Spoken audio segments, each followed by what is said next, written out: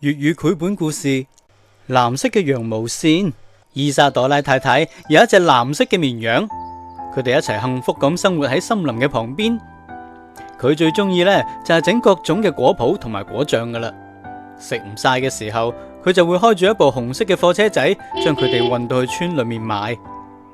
當春天嚟到嘅時候，伊莎朵拉太太會幫隻綿羊剪羊毛，而剪落嚟嗰啲羊毛呢，就會俾佢紡成一個非常之靚嘅藍色羊毛冷球。伊莎朵拉太太啊，非常之中意織冷衫噶。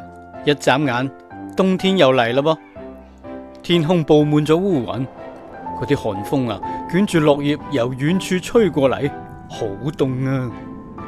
伊莎朵拉太太嘅火爐裏面一條木柴都冇，佢聽日要去村裏面攞一啲翻嚟先得。夜晚嘅時候，伊莎朵拉太太屋企嘅門口俾人敲響咗喎，係邊個喺度敲門呢？伊莎朵拉太太打開門一睇，原來係住喺核桃樹上面嘅松鼠仔馬丁啊！佢嘅屋企離呢度太遠啦，睇嚟今晚佢翻唔到去屋企啦。馬丁佢凍到弟弟震，伊莎朵拉太太見佢咁陰功，就即刻請佢入嚟屋企取暖啦。好心嘅伊莎朵拉太太用佢嗰嚿好靚嘅藍色羊毛冷幫馬丁織冷衫。如果有咗冷衫，馬丁喺冬天裏面就唔會覺得凍噶啦。日頭，伊莎朵拉太太坐喺凳上面織冷衫，馬丁就乖乖咁伏喺旁邊喺度玩嗰個冷球。睇下，好快脆，新冷衫就織好啦，幾靚啊！馬丁着住新冷衫啊，高興到手舞足蹈。佢向伊莎朵拉太太搖住條尾，蹦蹦跳跳咁翻入森林裏面嘅屋企。但係伊莎朵拉太太嘅火爐呢，裏面依然係一條木柴都冇啊！佢聽日無論如何都要去村裏面攞一啲翻嚟先得啦。又到咗夜晚啦，寒風一直呼呼聲咁吹。咦？聽下，又係邊個喺外邊敲窗呢？原來係住喺杉樹上面嘅貓頭鷹阿弗雷德啊！哎呀，佢做咩啊？喊得咁傷心嘅？哦，原來佢扭親條頸啊，好痛啊！伊莎朵拉太太就即刻請咗佢入嚟，不停咁安慰佢話：乖乖，我幫你織條頸巾啦，戴住頸巾你會舒服啲噶。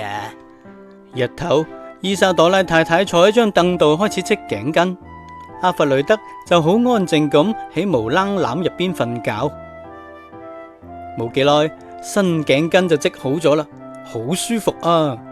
阿弗雷德戴住條新頸巾啊，高興到咕咕咕咕咁叫，然之後拍住對翼又飛翻入森林裏邊啦。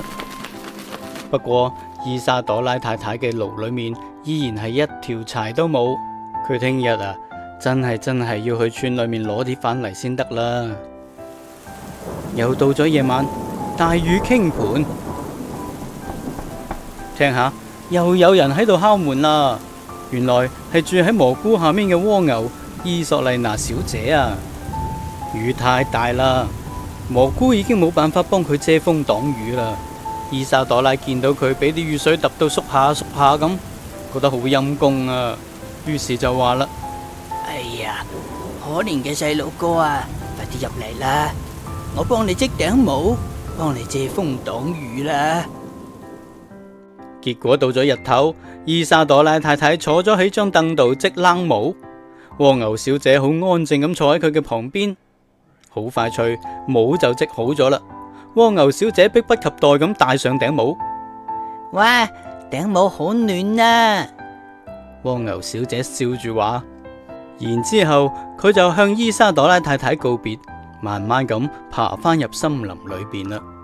不過伊莎朵拉太太就慘豬咯，佢忙咗幾日都冇機會去村裏面攞啲柴翻嚟啊！唉，呢個冬天難過咯。跟住嘅嗰兩日，熊仔馬麗斯同埋狐狸曼尼賽都嚟揾伊莎朵拉太太幫手。伊莎朵拉太太亦都好好人，佢冇拒絕到，幫佢哋織咗一對冷襪仔同埋一對冷手套幫佢哋保暖。但係忙完呢2日之後，大風雪真係嚟啦，啲雪不停咁落，連窗口都俾啲雪冚住咁滯，更加唔使講去村嘅嗰條路啦，冚到睇都睇唔到啦。依家爐裏面一條柴都冇，想點個火取暖都做唔到。伊莎朵拉太太皺晒眉頭，都唔知點算好。就喺呢一個時候，咁夜啦，係邊個又嚟敲門呢？哦，原來係松鼠馬丁、貓頭鷹阿弗雷德、熊仔馬麗斯，仲有狐狸曼尼塞啊！熊仔話：伊莎朵拉太太，呢啲都係送俾你噶。原來呢一班動物仔帶咗好多好多木柴嚟啊！伊莎朵拉太太笑到嘴都合唔埋，佢個火爐終於有柴啦。跟住大家就入咗伊莎朵拉太太嘅屋企，熊仔馬麗斯即刻就幫手去點火啦，而伊莎朵拉太太就攞咗啲熱茶嚟俾大家飲，仲有佢親手做嘅餅乾同埋佢最拿手嘅果醬。咦，仲有人敲門嘅？原來係蝸牛伊索麗娜小姐啊！佢亦都帶咗少少木柴嚟喎。佢慢慢咁爬咗入屋。呢啲係送俾你噶。蝸牛小姐笑住話：個壁爐終於都燒起咗溫暖嘅爐火。伊莎朵拉同埋班朋友仔覺得好舒服啊！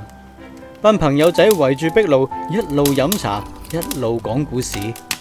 屋裏面充滿住歡聲笑語。大家睇下，藍山羊亦都聽下聽下，就慢慢瞓着咗啦。喺夢裏面，春天嚟啦。